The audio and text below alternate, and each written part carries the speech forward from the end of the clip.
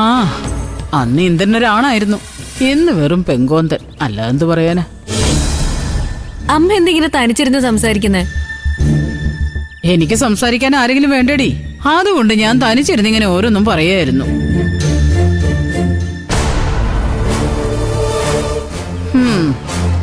രാവിലെ ഒരു ഗ്ലാസ് ചായ കൊണ്ടുവന്ന് തരുന്നതായിരുന്നല്ലോടി. ഇന്നു മുതൽ അത് നിർത്തിയതാണോ ആവോ? ഓ കഷ്ടം, എന്റെ വിധി. എന്റെ അമ്മേ, ചായ ഒന്നും നിർത്തിയില്ല, പക്ഷെ പഞ്ചസാര തീർന്നു. അമ്മ ജംഗ്ഷനിലെ കടയിൽ പോയി 1 കിലോ പഞ്ചസാര വാങ്ങിട്ട് വരൂ. ആ എന്റെ പട്ടി പോവും.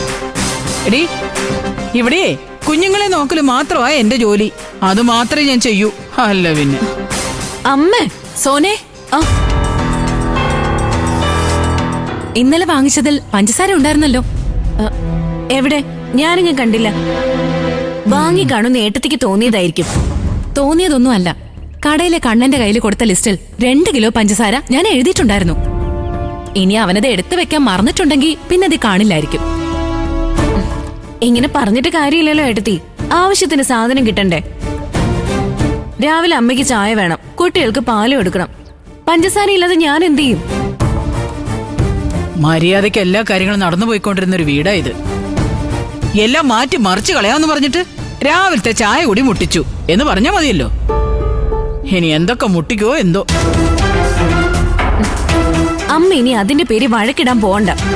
ഇവിടെ എന്തെങ്കിലും അത്യാവശ്യമായി വേണ്ടി വന്നാ അമ്മയല്ലേ പോയി വാങ്ങിക്കൊണ്ട് വരാറ്. അതുകൊണ്ട് പെട്ടെന്ന് പോയി 1 കിലോ പഞ്ചസാര വാങ്ങിച്ചോണ്ടോ. അയ്യടാ, എനിക്ക് മനസ്സിലെന്ന് പറഞ്ഞല്ലോ.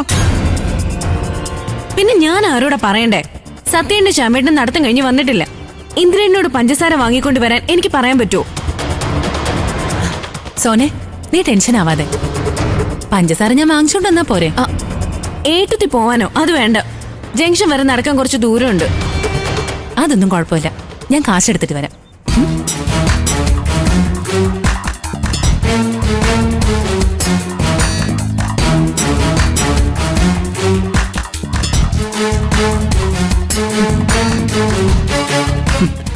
രാവിലെ തന്നെ നീ അവക്കൊരു പണി കൊടുത്താണെന്ന് എനിക്ക് മനസ്സിലായി. നീ സുശീലയുടെ മകളാണെങ്കിൽ അങ്ങനെ തന്നെ വേണോടി. പോയി വാങ്ങിച്ചോണ്ട് വരട്ടെ.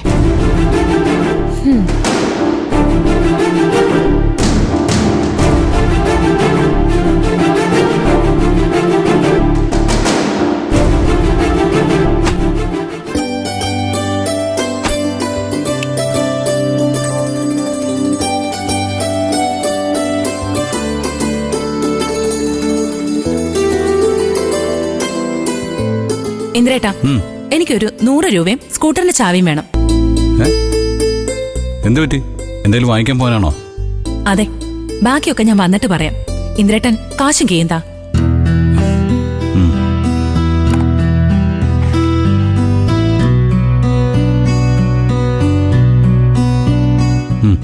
കീയന്താ?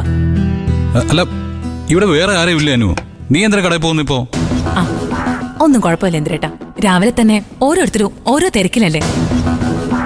പിന്നെ ഇത് എന്റെ കൂടെ ഒരു ആവശ്യമായിപ്പോയി. ഞാൻ വേഗം വരാം. അല്ല,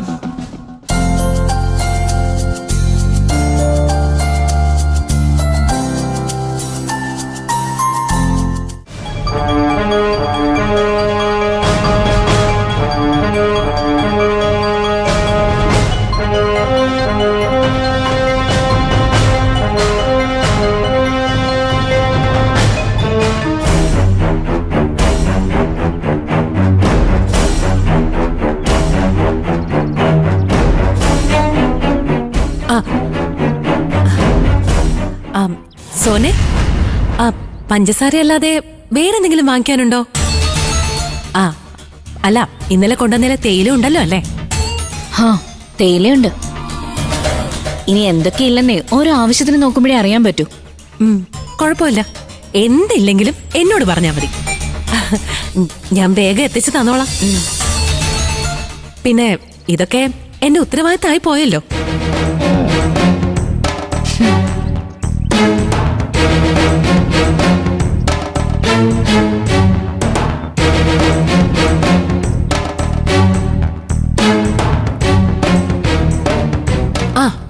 സോനെ, പഞ്ചസാര പാത്രവും ഉപ്പുപാത്രവും ഇപ്പോഴും ഒരുമിച്ചാണോ വെക്കുന്നേ? അതെന്താ അങ്ങനെ ചോദിച്ചേ? അല്ല, പഞ്ചസാര ഇന്നലെ ഞാൻ വാങ്ങിയെന്ന് തന്നെ എന്റെ ഓർമ്മ. ചിലപ്പോ അത് കണ്ടിട്ട് നീ ഉപ്പാണെന്ന് തെറ്റിദ്ധരിച്ചാണെങ്കിലോ?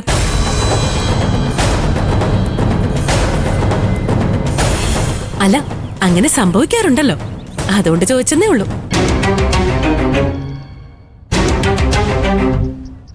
ഇങ്ങനത്തെ ഓരോ പണി ഞാൻ തരൂടി, നടന്നു പോയി വാങ്ങിച്ചിട്ട് വാ.